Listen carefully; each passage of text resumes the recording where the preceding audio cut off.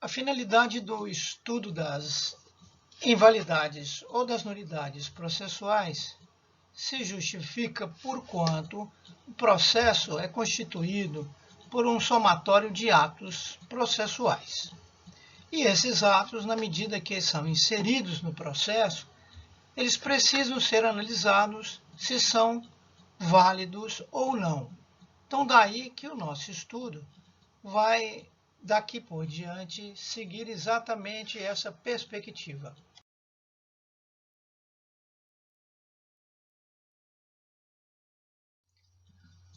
São pressupostos do ato processual, o primeiro deles de existência, implicando na verificação de pressupostos de constituição no plano material dos atos processuais. O de validade se atende aos requisitos que irão dar validade jurídica aos atos existentes. De eficácia, existindo e sendo válido, se está apto a produzir os efeitos jurídicos almejados no ato processual. Aspectos da invalidade do ato. Podemos entender a exigência que a lei faz em relação a determinado ato para que ele, na sua essência, tenha atingido a forma, o modo ou o lugar em que deveria ser realizado. Essas exigências legais, quando desrespeitadas, é necessário que se verifique se esse ato, em face disso, será ou não acometido de alguma invalidade ou se ele estaria apto também para alcançar as finalidades para as quais ele foi realizado. Então, dessa forma, os vícios ou as invalidades que poderiam atingir o ato podem se classificar nessas categorias: as irregularidades, as nulidades e a eficácia.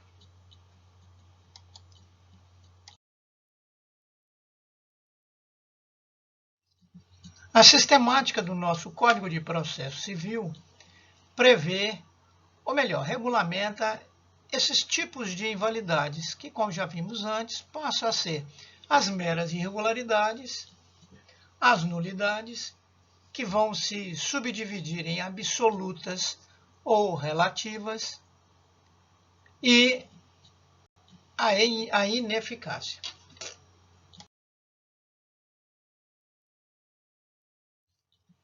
Em sequência, podemos dividir os vícios em duas categorias. Primeira, dos sanáveis. O que é vício sanável? É aquele que pode ser expurgado, eliminado do ato de forma que ele não venha a ser comprometido. E esses podemos entender aí, primeiro deles, as irregularidades e as nulidades relativas. Também temos outra, agora, dos vícios insanáveis. Esses insanáveis, como podemos deduzir, são vícios mais graves que irão acometer ao ato e que certamente virão em seu prejuízo. Por isso, consideramos os atos inexistentes ou aqueles que têm uma nulidade absoluta.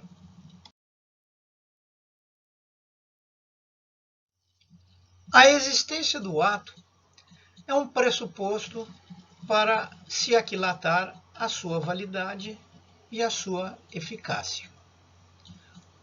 O plano da existência é onde se inicia a caminhada do fato, do mundo, da vida, para existir como fato jurídico e submeter-se à incidência também da norma jurídica.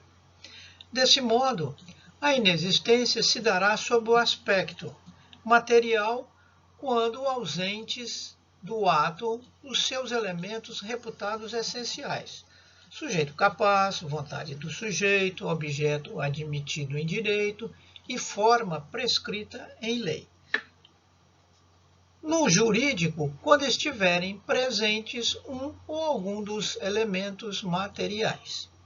Se presente todos os elementos materiais, o ato existirá. Inexistente o ato, logo não produzirá efeitos, não incorrendo em coisa julgada. Exemplo, sentença assinada por quem não seja juiz, petição inicial sem pedido, sentença sem dispositivo.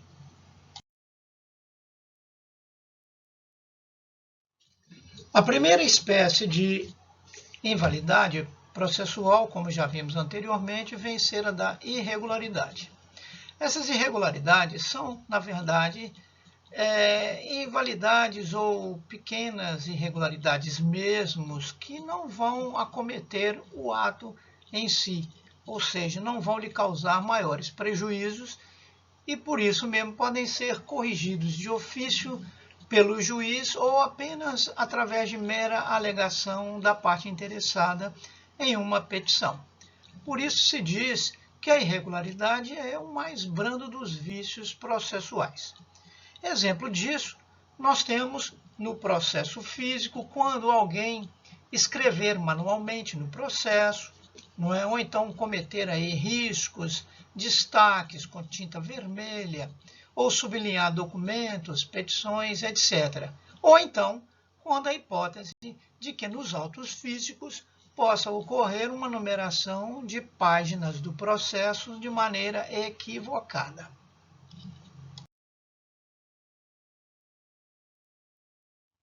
Complementando o vício agora da mera irregularidade.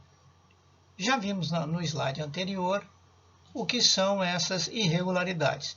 Portanto, nós podemos assinalar, apenas para encerrar o assunto, que decorrem da inobservância de formalidade não relevante, ou seja, não exigida na lei. Outra, não acarretam nenhuma consequência, isto é, não lhe acarretam nulidade ou prejuízo. É desnecessário o reconhecimento feito pelo juiz. E aí nós temos os exemplos acima já informados.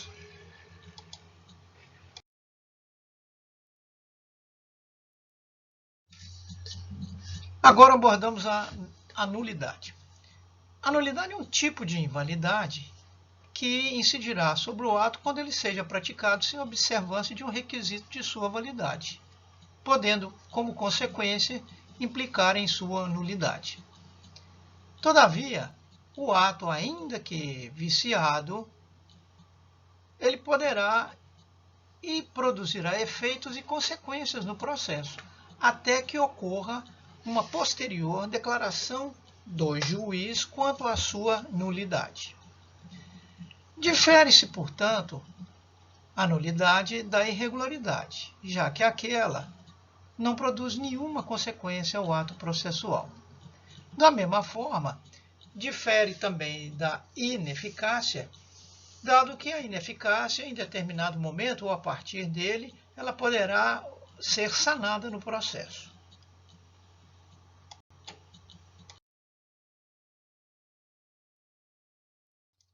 A nulidade absoluta trata-se, na verdade, de uma invalidade grave, que acomete o ato processual.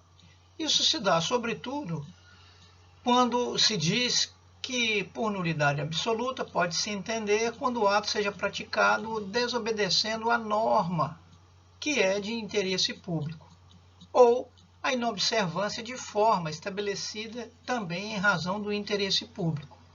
Essa norma, em alguns casos, o próprio dispositivo já traz a cominação de sanção, isto é, já prevê a cominação de nulidade. Exemplo disso nós temos no artigo 279 do Código de Processo Civil, onde a ausência do Ministério Público já implica em nulidade no processo no qual ele deveria obrigatoriamente participar. É conhecida de ofício pelo juiz e podendo assim ser decretada ou também em alegação da parte em qualquer grau ou jurisdição. O que isso significa? A nulidade absoluta não sofre preclusão que as partes sofrem, como já vimos em estudo anterior. Por isso, ela pode ser arguída mesmo ao depois. E ainda, a nulidade, de tão grave que é, ela independe de prejuízo às partes, porque esse prejuízo será considerado ao processo, e o processo nós podemos entendê-lo como sendo um instrumento público de solução de conflito. Pode ser, todavia, suprida em virtude de quê? Do comparecimento espontâneo da parte. Hipótese nós temos quando o réu que foi citado irregularmente ou que não tenha sido citado, ele, ao depois, comparece a esse processo e se defende mesmo assim. Então, nesse caso, ao invés de o juiz determinar o refazimento do ato de citação, essa citação será suprida a sua necessidade de refazimento e, a partir daí, o réu realiza ou produz a sua defesa, evitando, portanto, eventuais prejuízos. É uma exceção. E, aliás, como já dito, o nosso direito tem regra e para toda regra terá sempre uma exceção. Assim, dentro dessa perspectiva de nulidade absoluta, nós vamos considerar que ela recai sobremaneira quando os atos sejam da responsabilidade ou da prática, digamos assim, do judiciário, como é os casos do ato do juiz, quando a sentença for em desacordo, enquanto que as partes, ou melhor dizendo, os atos praticados pelo juiz e pelos auxiliares de justiça, oficiais, serventuários, etc., enquanto que os atos das partes não serão reputados nulos. Eles, de repente, não produzirão o efeito almejado ou desejado. Por exemplo, nós temos a hipótese aí de uma contestação que foi apresentada em juízo após o prazo transcorrido para a defesa. Ela será nula por conta disso? Não. Ela será apenas ineficaz, porque não vai produzir efeito.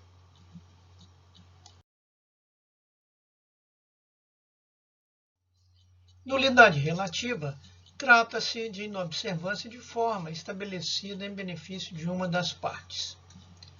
Não há previsão de nulidade relativa no Código de Processo Civil. E, ademais, essa nulidade relativa, para a sua apreciação, exigirá a análise de ter acometido prejuízo à parte. Esse prejuízo, geralmente, é a defesa, em desfavor da parte interessada que vem a arguí-la. Então, por isso mesmo, trata-se de vício sanável. Deve ser arguída pela parte na primeira oportunidade que ele couber falar nos autos, sob pena de preclusão. Diferente da absoluta, onde a parte poderá arguí-la a qualquer tempo ou grau de jurisdição. Então, o exemplo da relativa temos aí nos atos praticados por juiz suspeito ou em face da incompetência relativa do juízo. Essa incompetência relativa do juízo, para ser mais explícito, trata-se de quê? Competência de foro. A ação, em vez de ser proposta em determinado foro, o foro chamado competente, é proposta em outro foro, contrariando assim, por exemplo, o foro de eleição previsto no contrato. Então, imaginemos, em determinado contrato, estabeleceu-se que o foro competente ou foro de eleição seria o de governador Valadares. A parte contrária propõe ação em outro lugar, em outra comarca, por exemplo, Caratinga. Ao propor lá em Caratinga, o interessado aqui em Valadares poderia requerer àquele juiz que remetesse os autos para o juízo aqui da comarca de governador Valadares, e essa nulidade, pretensa nulidade, seria então sanada. Caso essa parte não argua nada na primeira oportunidade, então essa nulidade aí, pretensamente, seria considerada sanada e o foro lá de Caratinga se tornaria o foro definitivamente competente.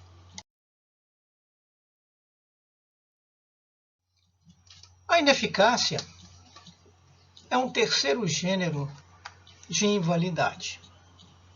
Ela se dá quando o ato não observou forma essencial, estrutural e que constitua pressuposto processual de eficácia. Isso quer dizer que o ato em si não tenha ou não esteja dotado de aptidão para produzir os efeitos desejados ou almejados.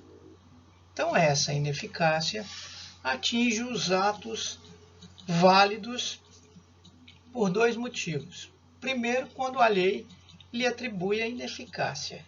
Por exemplo, a sentença proferida em um processo que tenha litisconsórcio necessário e um deles se fez ausente, ou a sentença silenciou-se quanto a esse.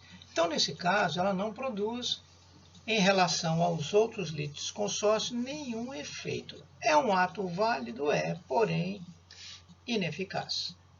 A outra hipótese é que, devido à própria natureza do ato, que apesar de válido também não tem como produzir efeito.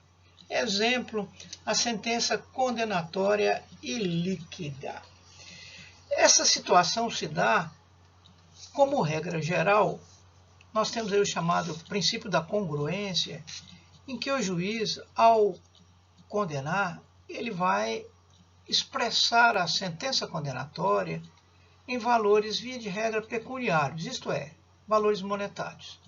Então, quando essa condenação não for possível de ser expressa em valores monetários, essa sentença, embora condenatória, será considerada ilíquida. Exemplo clássico disso nós temos na ação de investigação de paternidade cumulada com petição de herança. Então, o que temos? Um filho não reconhecido, herdeiro, portanto, do falecido e do autor da herança. Ele ingressa em juízo pedindo que seja reconhecida a filiação e, em sendo reconhecida, que condene o espólio a lhe indenizar na sua herança ou na sua quota-parte naquela herança. Muito bem. A condenação, nesse caso, o juiz não teria condição de dizer em valores monetários qual seria a quota-parte ou o quinhão que essa herança pertenceria a esse filho não reconhecido. Por isso, a sentença irá reconhecer a filiação, irá impor a condenação do espólio e indenizar o quinhão daquele herdeiro, mas não expressará o valor que esse quinhão teria. Por isso, é uma hipótese em que a sentença é válida, porquanto condena, mas não é líquida. Então, ela não produz efeitos imediatos. Que efeitos seriam esses? Não permite o cumprimento da sentença, porque falta ainda se atribuir valores a esse quinhão. E isso somente será viável em um momento posterior, na chamada fase de liquidação da sentença. Por isso, gente, a ineficácia não se sujeita à preclusão, porque ela pode ser arguída a qualquer tempo no processo, para efeito de que? De se sanar essa ineficácia.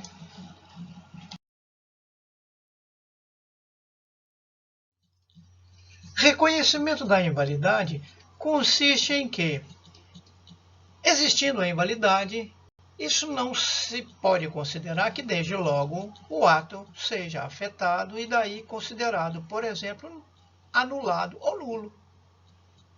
Enquanto o juiz não declarar ou não decretar, reconhecendo que aquela invalidade se elevou ou se constituiu em nulidade, o ato, como se disse lá na frente, continuará produzindo os efeitos até que esse reconhecimento, melhor dizendo, se dê.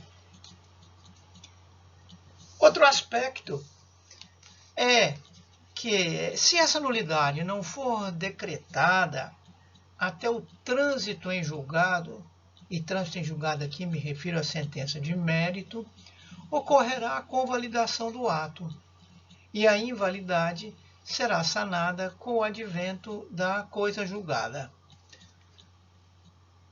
Esse momento, essa oportunidade, essa forma de alegação dessa invalidade sofrerão aí variações de acordo com a natureza da invalidade, se constituindo em nulidade absoluta ou apenas relativa.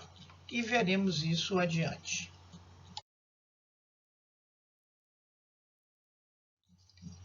Vício rescisório é um vício grave que não foi arguido no curso do processo em primeiro grau e a lei possibilita que ele seja arguido posteriormente à formação da coisa julgada, isto é, da sentença de mérito ter transitado em julgado.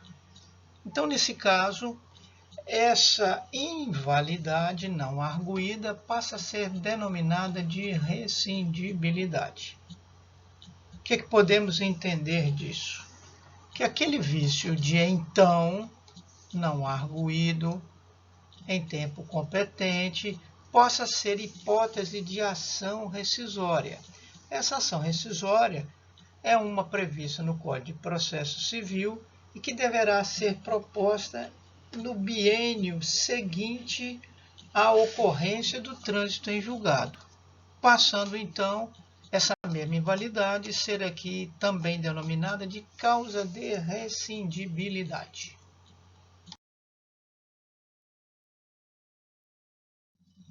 O vício transrescisório é outra hipótese de invalidade que igualmente não foi arguída nem alegada no curso da demanda e ocorreu aí o trânsito em julgado da sentença e essa invalidade, desde que não seja cabível em ação rescisória, porque a ação rescisória tem os pressupostos dela, poderá ser alegada ou arguída em outra ação, no caso, a ação declaratória de inexistência da relação jurídica ou ação declaratória de nulidade da relação jurídica, chamada também na doutrina como querela nullitatis.